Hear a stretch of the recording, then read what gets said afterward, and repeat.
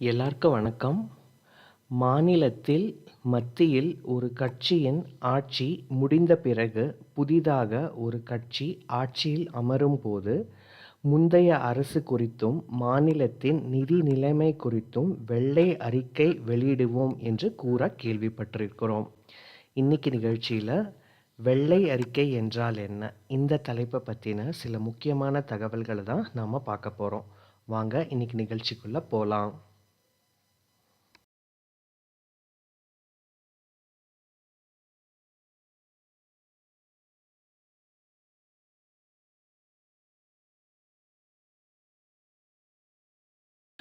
ஒரு சிக்கலான விவகாரம் திட்டங்கள் குறித்து தெளிவான நிலைப்பாடு இல்லாத பட்சத்தில் அது குறித்து வெள்ளை அறிக்கை வெளியிட வேண்டும் என்று அரசிடம் எதிர்க்கட்சிகள் வலியுறுத்தும் போதும் அது குறித்து கேள்விப்பட்டிருக்கிறோம்.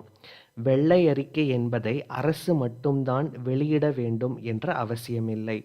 பெரிய நிறுவனங்கள், சமூக அமைப்புகள், நடுத்தரமான தனியார் நிறுவனங்கள் கூட தங்களின் திட்டங்கள், எதிர்பார்ப்புகள், கடந்த கால நிர்வாகம் குறித்து வெள்ளை அறிக்கை வெளியிடும்.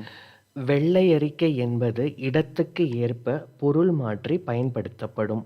முதலீட்டிலும், அரசியலிலும், சமூகத்திலும், வளர்ச்சி திட்டங்களிலும் இடத்துக்கு ஏற்ப அதன் அம்சம் மற்றும் பொருள் வேறுபடும். உண்மையில் வெள்ளை அறிக்கை, ஒயிட் பேப்பர் என்றால் என்ன, அது ஏன் வெளியிடப்படுகிறது, அது முக்கியத்துவம் குறித்து இந்த நிகழ்ச்சியில் நாம் தெளிவாக பார்க்கலாம். வெள்ளை அறிக்கை என்பது வேறொன்றுமில்லை, வெளிப்படைத்தன்மையாக இருக்கிறோம் என்பதை ஓர் அரசு மக்களிடத்தில் தெரிவிப்பதுதான். அதாவது முந்தைய ஆட்சி அதிகாரத்தில் இருந்தவர்கள் நிதி நிலையை கையாண்ட விதம், திட்டங்கள் செயல்படுத்திய விதம் குறித்து நடப்பு அரசால் வெளியிடப்படும் ஆழமான, தெளிவான பார்வையுடன் மக்களுக்கு அதிகாரப்பூர்வமாக அறிவிப்பதாகும். இதன் மூலம் அரசில் இருக்கும் சிக்கல்கள், எதிர்காலத்தில் சந்திக்க இருக்கும் பிரச்சனைகள், தீர்வு, செயல்முறை ஆகியவை விரிவாக மக்களிடம் தெரிவிப்பதாகும். ஓர் அரசு அல்லது தனியார் அமைப்பு, நிறுவனம் வெளியிடும் வெள்ளை அறிக்கை வெறும் விமர்சனங்களையும் குறைகளையும் மட்டும் சுட்டிக்காட்டுவதாக இருக்கக்கூடாது. மாறாக தெளிவாகவும் தொழில்முறை சார்ந்த புள்ளி விவரங்களையும் ஏற்கக்கூடிய விளக்கத்தையும் கொண்டிருக்கும். அரசு தற்போது சந்திக்க இருக்கும் சிக்கல்கள், நிதி ரீதியான பிரச்சினைகள், ஒவ்வொரு துறையிலும் சந்திக்க இருக்கும் சவால்கள், குறைகளை களைய வேண்டிய நடவடிக்கைகள், சிக்கல்களை தீர்க்கும் திட்டங்கள், தீர்வுகள் ஆகியவை குறித்தும் சுருக்கமாக குறிப்பிடப்பட்டிருக்கும். அரசு அல்லது ஒரு நிறுவனம் எந்த ஒரு முக்கிய விஷயத்தை மக்களிடம் சொல்ல வருகிறது, எதை பிரதானமாக குறிப்பிடுகிறது என்பதை குறிப்பிட வேண்டும். எதிர்காலத்தில் எடுக்க வேண்டிய நடவடிக்கைகள், ஆலோசனைகள், தீர்வுகள் குறித்தும் சுருக்கமாக குறிப்பிடப்பட்டிருக்கும். வெள்ளை அறிக்கை என்ற வார்த்தை 1446ஆம் ஆண்டிலிருந்து ஆங்கிலத்தில் பயன்படுத்தப்பட்டு வருவதாக ஆக்ஸ்போர்ட் அகராதி தெரிவிக்கிறது. ஆனால் அதிகாரப்பூர்வமாக இங்கிலாந்து நாடாளுமன்றத்தில் 1922ஆம் ஆண்டு அப்போது வின்ஸ்டன் சர்ச்சிலால் வெளியிடப்பட்டது. அதற்கு சர்ச்சில் ஒயிட் பேப்பர் என்று பெயரிடப்பட்டிருந்தது. பிரிட்டிஷ் ஆதிக்கத்தின் கீழ் பாலஸ்தீனம் இருந்தபோது அங்கு யூதர்களுக்கும் முஸ்லிம்களுக்கும் இடையே நடந்த கலவரம் குறித்து அங்கு கவர்னராக இருந்த சர்ச்சில் வெள்ளை அறிக்கை வெளியிட்டார். இதுதான் முதலில் வெளியிடப்பட்ட வெள்ளை அறிக்கையாகும். இதன் பின் உலக வரலாற்றில் பல்வேறு நாடுகளும் முக்கியமான பிரச்சினைகள், சிக்கல்கள் குறித்து வெள்ளை அறிக்கை வெளியிட்டுள்ளன. குறிப்பாக 1939 யூதர்கள் குறித்து பிரிட்டிஷ் நாடாளுமன்றம் வெளியிட்ட அறிக்கை, 1949 சீனா அமெரிக்கா உறவு குறித்து அமெரிக்கா வெளியிட்ட அறிக்கை குறிப்பிடத்தகுந்தவை ஆகும்.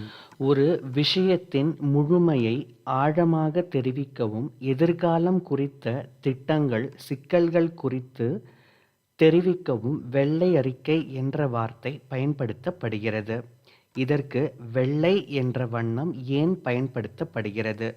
சிவப்பு, மஞ்சள், கருப்பு, பிங்க், பச்சை என்று சொல்லியிருக்கலாமே என்ற கேள்வி எழலாம். வெள்ளை அல்லது வெண்மை என்பது நீண்ட காலமாகவே தூய்மை, தெளிவு மற்றும் நடுநிலை ஆகியவற்றுடன் தொடர்பு படுத்தப்படுகிறது. அதனால்தான் வெள்ளை என்ற வார்த்தை பொருத்தப்பட்டுள்ளது. வெள்ளை நிறம் உண்மைத்தன்மை, பாரபட்சமின்மையை குறிக்கிறது.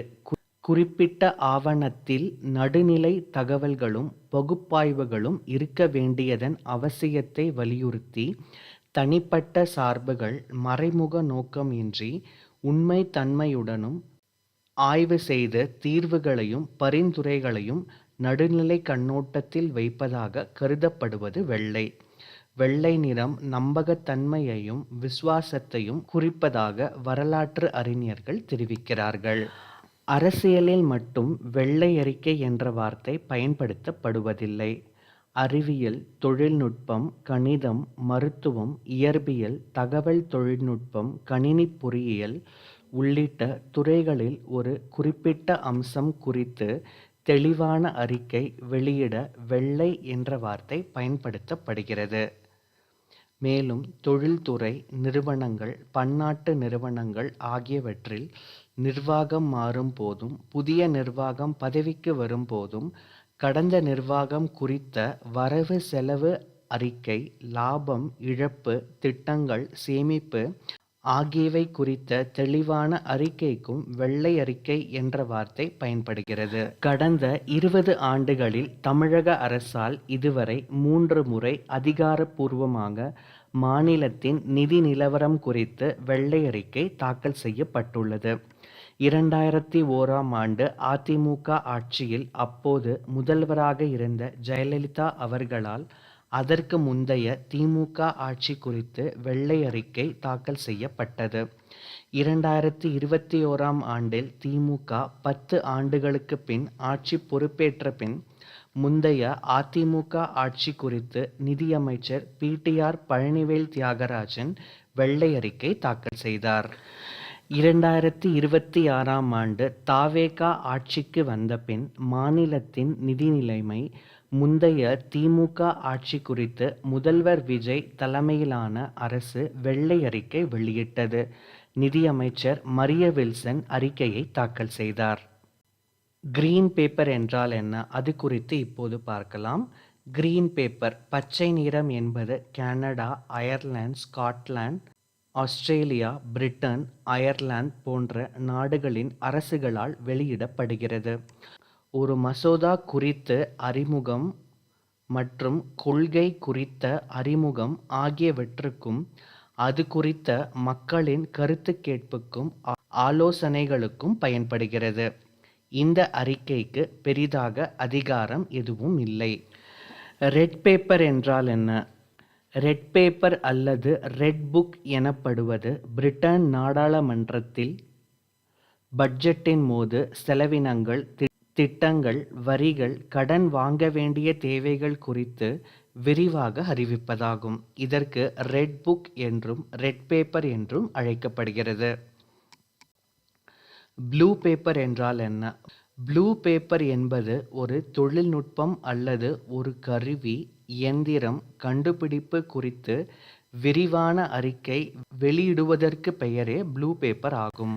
எல்லோ பேப்பர் மஞ்சள் அறிக்கை என்பது ஆராய்ச்சி அல்லது கல்வி தொடர்பான இதழில் ஏற்கப்படாத அல்லது வெளியிடப்படாத ஆய்வு குறித்த ஆவணம். ப்ரீ பிரிண்ட் என்ற வார்த்தைக்கு ஒப்பான சொல்லாக இது பார்க்கப்படுகிறது.